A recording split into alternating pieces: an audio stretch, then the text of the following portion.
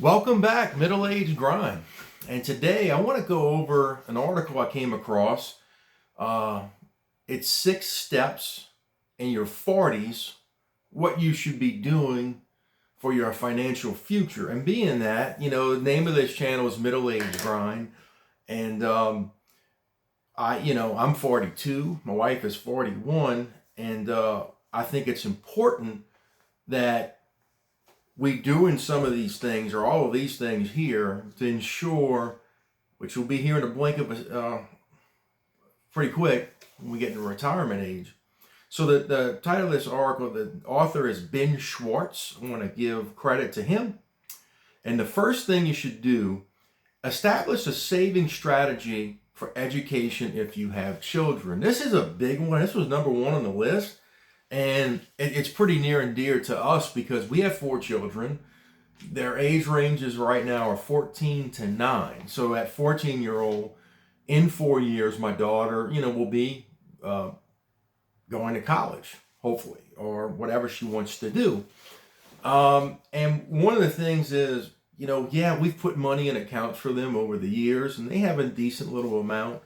The cost of higher education now in this country is out of sight. And one of the things we talking about, and we started to have conversations with my daughter about this, what she plans to do and kind of thing, is that, we're going to come up with a strategy for her to get either college or professional certificates or designations or whatever she wants. And we're not going to go into debt. And one of the big things that we're focusing on within the next 4 years, our goal is to have our house paid off.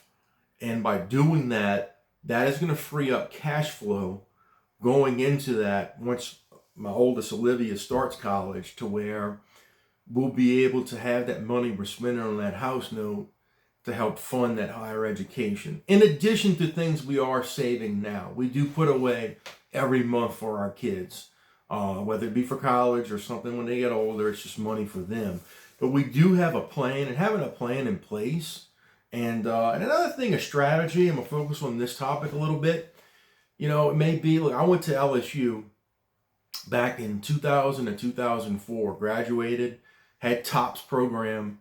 My parents, fortunate for them that, back then it pretty much did cover all tuition and fees, and they just had to come out of pocket expenses, for me to live. And I lived with 4 other guys for a long time, and pretty affordable, to where now I have a nephew who started there this fall, and similar student to what I did, kind of ACT wise and GPA, that kind of thing. And when my sister-in-law told me what they're coming out of pocket for him to go there, it's over $20,000. You could have knocked me down with a feather. And I knew, I've heard about it, and that's some of the kind of things we're going to have to look at. I just don't know if that's something we'll be able to swing without going into debt. And we do not want to do that. It may be going to a smaller college first, finishing up at LSU, but we're going to come up with a plan and a strategy to do this debt free. So that's number one. Number two, and I've mentioned this before on my channel, maxing out your retirement accounts. Now, most of you watching this probably have access to 401k, and I'm going to go with Dave Ramsey's thing. Match beats Roth, beats traditional, beats regular brokerage, okay? That's the order you should be investing in things and maxing out accounts from then. Meaning that if you have a 401k match offering from your employer, we don't have 401k, but let's say they match 3%, that's 100% return on your money. You got to take advantage of that and grab that 401k match there. Then the next thing you should be doing is maxing out a Roth. Roth, you put in the money, you get the money out, it grows tax free, and when you take it out after 59.5, it is tax and penalty free. Traditional, you put the money in today, you take a tax deduction, it grows tax free, you pay tax down the line. Regular brokerage account, you pay taxes on the capital gains and dividends as it grows on a yearly basis. That's kind of how that works there. But you need to be maxing out as much as you can in these retirement accounts, because man, it's going to set you up very good down the line. This is not investment advice. keep that in there. This goes to the third thing. Consider a taxable brokerage account. This is really big, guys. I think if you retire before 59 and a half, if you're doing everything on the 401k and Roth and traditional side, having that money in a separate, just regular brokerage account that you're paying every year taxes on those capital gains and dividends, you have access to those funds penalty free at any time in your life, right? So if you say, I want to early retire at 55 or 56, having that bucket there in that taxable account, it's going to be beneficial for you to take that if you retire early. And that's a pretty big thing there. The next point here he makes, paying off consumer debt. And I think this is important. Mentioned in my first comment about the establish a savings strategy. We're trying to pay off our house. That's the last big debt that we have. We do have credit cards. We don't run a balance. We rarely use them. I'm not a guy, never use the credit card. When I go on vacation and stuff or buy something online, tend to use a credit card just because if something happens, it's not my money, it's their money. But we pay it off every month. We don't have any debt as far as that goes. But I think it's important in your 40s, going into your 50s, man, if you can pay off that house, and not have any auto loans and that kind of stuff, you're really setting yourself up well going into retirement, not having those notes on a monthly basis. The fifth thing, open up a health savings account. We did this several years ago because first off, you have to have a high deductible plan for insurance. And we do. And a health savings account almost acts like a traditional IRA in a sense. You can use the money. First off, there's tax benefits. You get a write-off for the amount you contribute. The maximum limits for family are $8,300 in 2024 as we speak. So you get a tax deduction. It grows tax-free, okay? And potentially you can take it out tax and penalty-free if you use it for qualified medical expenses at any year. Don't have to be an age.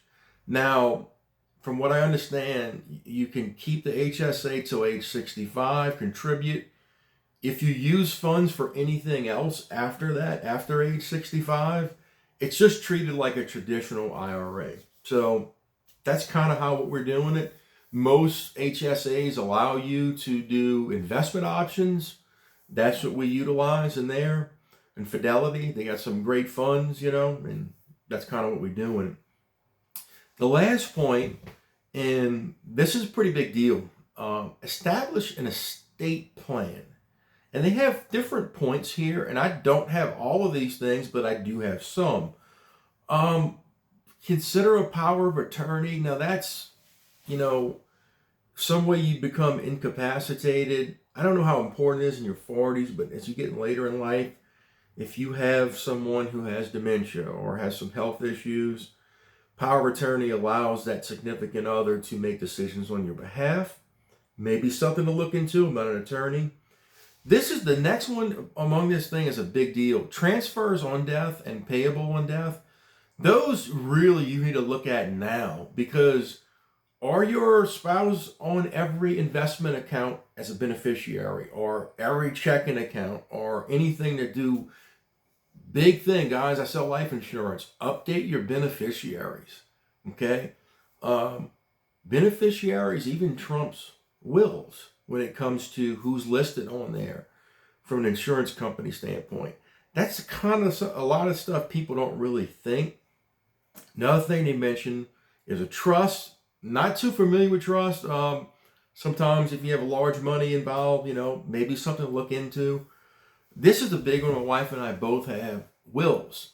Now in Louisiana, it's a community property state, but how it works, I believe, is when you pass away, if there's no will in place, you're married and you have kids. How it works is half your estate goes to your spouse, the other half goes to the kids. And I think that's put in place so, one spouse passes away, remarries, something happens soon, kids kind of get left out, whatever. I'm not too, but if you have a will, it kind of escapes all of that what ifs. And, my wife and I both set this up to where if something happens to either one of us, well, all of our estate goes to our spouse. My kids are young. It would be tied up in, I don't want to say litigation, but till they were 18. I want my wife, if something happens to me and vice versa, I want my wife to be able to make decisions on the house, different things. This is her money, kind of like same thing, something happened to her. And when you have young children, I think it's very important to set up a will. What if something happens to both of us? Where do our kids go?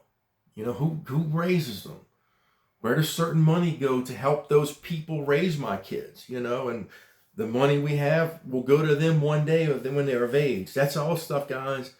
You can probably do it yourself, honestly, or consult a professional. But these were really good points here. I wanted to get back to making some of these quick hitter videos on something that I think not only in your 40s, but look, if you're in retirement age, estate planning, that's probably something you ought to make an appointment with a good estate attorney and make sure you're doing what you need to do to have your wishes fulfilled, basically. Because once you're gone and you don't let people know what you want, guess what, guys? You have a whole lot of ambiguity, and those wills and those estate planning tools kind of puts to bed and puts to rest. And, we have these in place. It just makes me sleep better at night knowing that there's not no big question marks if something happens, So I wanted to share this with you today. 6 things Ben Schwartz you should be doing in your 40s. And some stuff, honestly, it doesn't matter what age you are. You should be doing all these things. We're going to focus on that and get things done. And I'll see you real soon next time on the Middle Age Grind.